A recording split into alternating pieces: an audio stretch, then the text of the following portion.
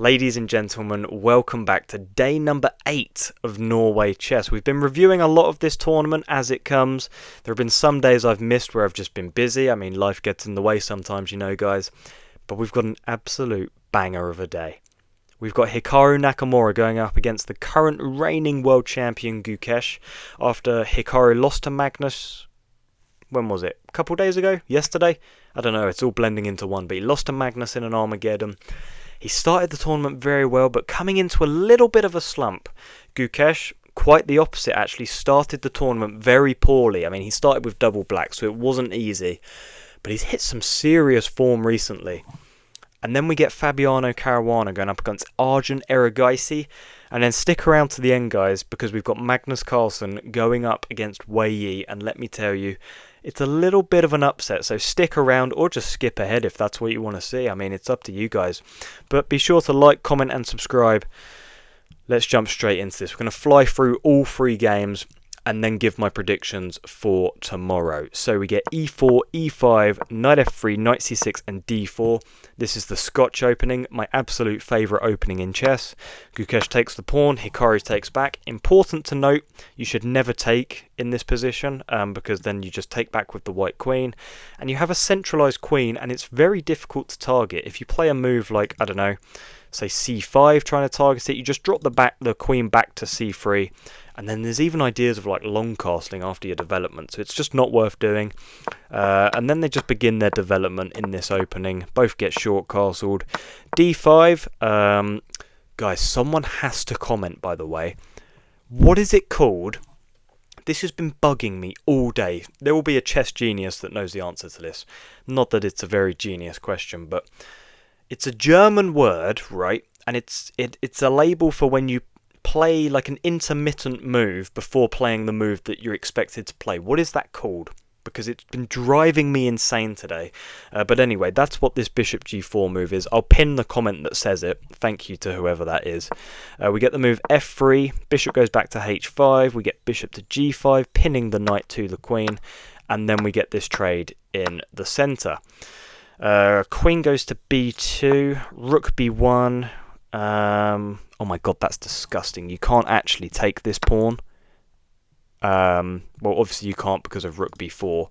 But let's just say after bishop goes back with a check, king goes over, you still cannot take this a2 pawn because of this move, attacking the bishop. And let's just say, I don't know, the bishop goes back.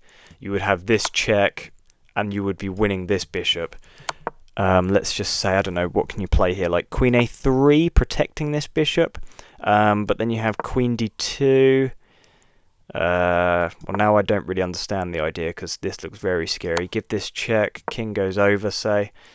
Or if it doesn't go over, can't you just take?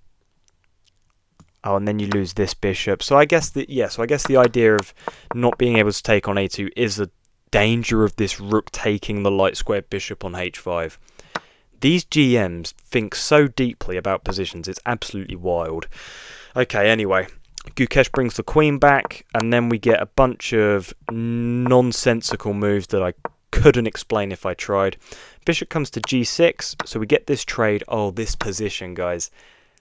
Hikaru went into the confessional booth after playing this move, knight takes on g6. And you guys know what Hikaru is like. He basically said this game is absolutely over. It's just a draw. Unless Gukesh takes back with the wrong pawn. So in this position you have to take back with the h pawn. I know it looks scary because of this, but then you really have nothing in the position. Black is just ultra solid, ultra safe. But Gukesh takes back with the f pawn. And the eval bar is not a fan. And Hikaru knew all this. And so we get a trade of rooks. g3 is played. The rook comes over to f8, maybe setting up some ideas of, I don't know, putting pressure on this weak pawn, maybe looking to get the queen in behind. I don't know. There is ideas in the position. It's given as a mistake because when the king comes to g2, find a move for black. I mean, like, what do you even do in this position? Like, your pieces are just stuck. There's nothing you can really do. Gukesh slides back. Nice little outpost for the bishop, defended by 2 pawns. Looks very aesthetically pleasing. But I think it was Livonaronian. I think it was Levon that once said, your pieces can look aesthetically pleasing, but if they're doing nothing, it's just pointless. And I am paraphrasing. He basically said pieces are useless sometimes, even though they look good. We get h4. It's very clear where Hikaru's attack is coming from. He's just going to push his flank pawn. Queen goes over to c5. So this is the idea I was talking about earlier of the queen getting in behind and powering up with this rook. But after the move f4, the queen can come in behind, but the rook can no longer assist on the f-file. Gukesh goes for a queen trade, but Hikaru says none of that. Queen c4. Yeah, and then Gukesh plays queen f6. I'm not sure on the idea. Maybe looking to play like queen b2 and get in behind again, but it's just all so solid. So Hikaru blocks that idea. Queen slides over. Pawn is pushed. And again, Gukesh looking to get his queen in behind. But after king h3, we get a shuffle of pieces, but not a draw. It is not a repetition. Hikaru knows he has like a +2 advantage. He can smell blood. Bishop comes to c5. King goes back again. I mean, Hikaru's just shuffling his pieces, trying not to lose too much time. It's really instructive, actually. If you're unsure on what to play, you can always play these intermittent moves and make your opponent have a think. As long as your clock's not running down, you're very happy. Hikaru knows he has an advantage, but he's just not sure yet how to convert it. Looks for a rook trade. Check. Bishop has to block. Queen comes over to a8. Oh my god. Queen d6. Rook attacks the queen. Queen e7. Takes. Oh, and now there's an open h-file. Oh my goodness. In this position, Hikaru has to find the move queen c8. And he's winning completely. Like, the game will be done. And of course he finds it. Of course he finds queen c8, and the idea behind it is looking to get your queen over to this open h-file. Queen goes to c5, bishop up to e4, pawn slides forwards, we get takes. Gukesh gives a check, but after king h3 there's nothing. I mean, obviously if the king goes to h1, well then we've got this move queen f1 check, king goes up, rook f2 check, bishop blocks and checkmate. But obviously Hikaru is not me. He's not going to blundermate. So king h3, there's no more checks. Pawn goes forward attacking the rook. Rook slides forwards again. And this is insane. Hikaru finds queen to g4. The queen and bishop are going to combine for checkmate at some point here. Queen goes to f1 giving a check. Blocks with the bishop. Very instructive. What would have happened? I mean, obviously this is just mate in 2. Same. Oh no, sorry, not that idea. You block with the bishop and then it's mate. But why does he block with the bishop instead of playing like, I don't know, king h4 say? Okay, so there's nothing really in it. I mean, you still have an insane advantage. Queen goes to c1, check, block with a queen, and then this is a real dagger. This move, bishop to d5. And in this position, Gukesh resigns. And that's because at some stage in this game, the bishop is going to come to f7, reinforced by the pawn. This bishop's pinned, and if the bishop is on this diagonal, the king cannot come to the aid of this bishop. So the move bishop d5, an absolutely crushing blow. Hikaru picks up all 3 points against the world champion, showing he still has it. So all this talk about retirement better be clickbait, okay? You better not be retiring, Hikaru. I will cry. Both Hikaru and Gukesh on 11.5, so they're both tied for 3rd place, but technically Hikaru is 3rd because he has the better head-to-head. But guys, up next we have Fabiano Caruana versus Arjun Erigaisi, and this game is going to take you on an emotional roller coaster. If you've made it this far, leave a like on the video, guys. Let's jump straight into this game. d4, d5, Queen's Gambit, declined. I hate it when people decline this gambit. Just take the pawn, man. Just take the pawn. The knights come out, bishop come out, a3. We get this exchange, which doesn't look very pleasant, but it's absolutely fine, absolutely playable. Bishop g2, knight jumps forwards, and obviously both players short castle. Queen comes forwards. We get another trade. Arjun putting his knight on this beautiful looking outpost. We don't get a trade of knights. I mean, I would never in a million years find the move knight a5. My whole life I've been told knights on the rim are dim. It's just absolutely insane, but obviously looking to at some stage put the knight on c4, supported by this pawn, and both knights would just be unbelievable. There is obviously I guess that's a bit scary, actually. You would never really want to play this now, obviously, because, like, I don't know, you get into, like, this sort of line. Like, the pawn would be doing far too much work for one pawn. But I guess the idea is at some stage for this knight to be taken by the rook, so the knight can still be here. I don't know, these guys are too smart for me. But this is not what we get, for now, anyway. We get a trade of rooks. The knight now jumps to this outpost. The pawn is not defending two knights, so it's not overworked at the minute. Bishop comes to attack the queen. Get a shuffle of pieces. No, we don't. What am I talking about? I mean, this is like the first time I'm seeing this game. Arjun does not want a queen trade. Why not, though? Why can't you just enter something like this? It's just completely drawing, isn't it? I mean, this game should realistically peter out into a draw, despite the fact that I told you guys it's an emotional rollercoaster. Knight goes back. We get a knight trade. And in this position, I was very hesitant because often in times like these, guys, when so many pieces have come off the board and the eval bar is giving no real advantage either way, obviously it's slightly in favour of Fabiano, but only marginally. It really looked like it was going to peter out into a draw. But it doesn't. We get Queen h5 reinforcing the bishop. Queen f4. Rook e4 targets the queen. We get a check. The king is now off. The king is feeling very uncomfortable in this position. King h2 is a mistake. Oh my god, look at this. I mean, this is absolutely terrifying. Rook, queen and bishop all up in Arjun's grill right now. Check. King goes forwards. Oh my god, the king has run to safety. Oh my god, Arjun is just getting in a deeper and deeper hole. What's the move here? Queen takes on c3. Okay, so just completely picking up a pawn. But Fabiano doesn't play that. Plays this move queen f5. What is the idea behind this move? I couldn't tell you. I honestly couldn't tell you. Let's just say they played something like this. Then what have we got? I mean, obviously the engine just wants you to take this now, so this wasn't a good example. But is there any ideas of like sacking at any stage? Obviously, if the king went to g2, then you just have mate. But I wonder what the whole idea with queen f5 was. Couldn't tell you guys, couldn't tell you. We get bishop f8, obviously threatening mate in 1. Queen goes back to protect. King slides back. Oh my god, and now it's just mistake after mistake from Fabiano. What does the engine want? What does the engine want from you? It just wants king h7 again. That was your safety net. Having the king on that square, it was safe, it was happy.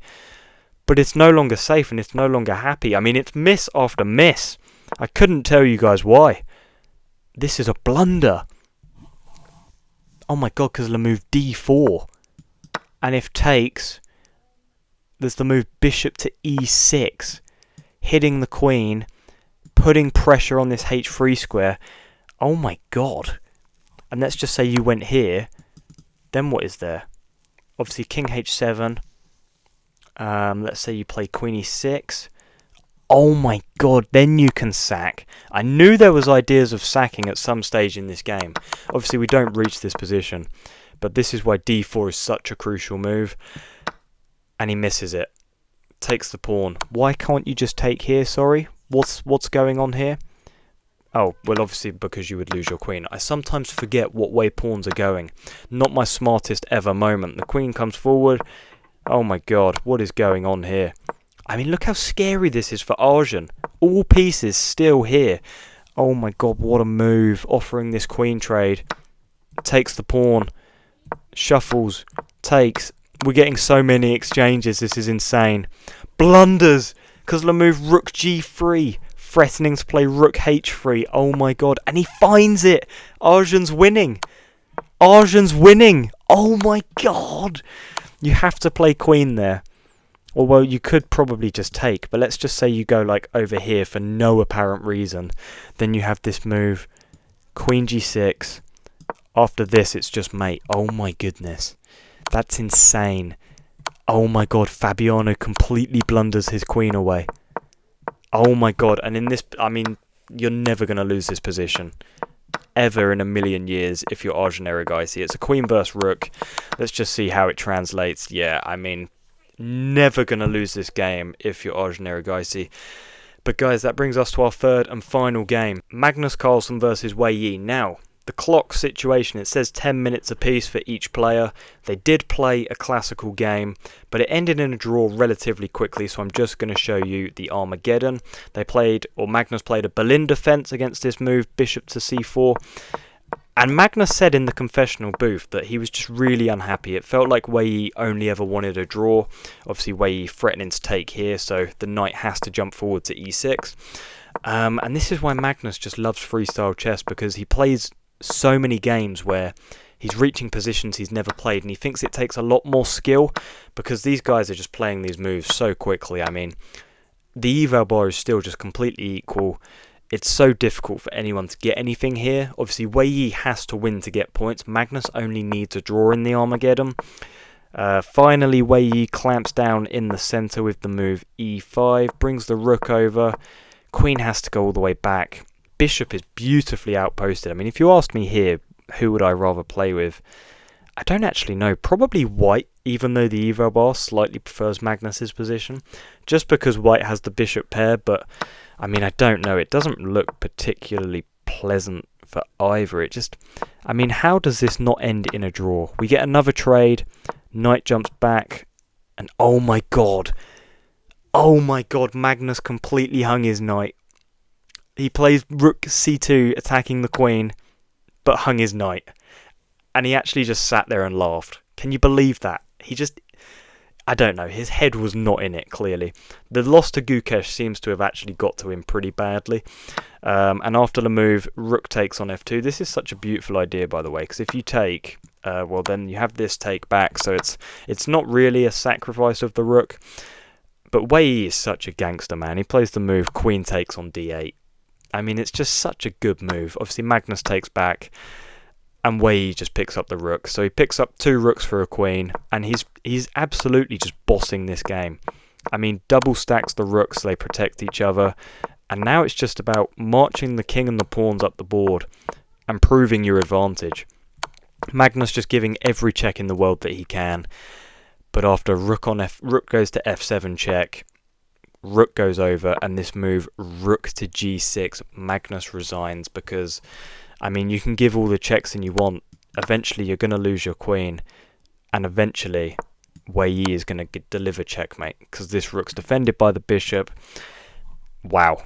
Magnus loses yet again. I cannot believe it. I actually can't believe it. He started the tournament so well, and I just thought he was going to dominate, but clearly not. Guys, let's jump into our predictions for day number 9 of Norway chess. Okay guys, so as you can see on your screen, tomorrow we get Hikaru Nakamura versus Erigaisi. Hikaru with the white pieces. I'm going to say he carries on his momentum and gets a win in the Armageddon. Gukesh versus Wei Yi, that's actually very tricky. I don't know. Oh, that's tough. I'm going to say Gukesh picks up the winning classical, and then Magnus Carlsen versus Fabiano Caruana. I think Magnus's head is gone. I'm going to say Fabiano in the Armageddon. Guys, if you made it this far, please be sure to subscribe. Like the video, share the video, comment, subscribe, do all that jazz. And I'll see you in the next one. Goodbye.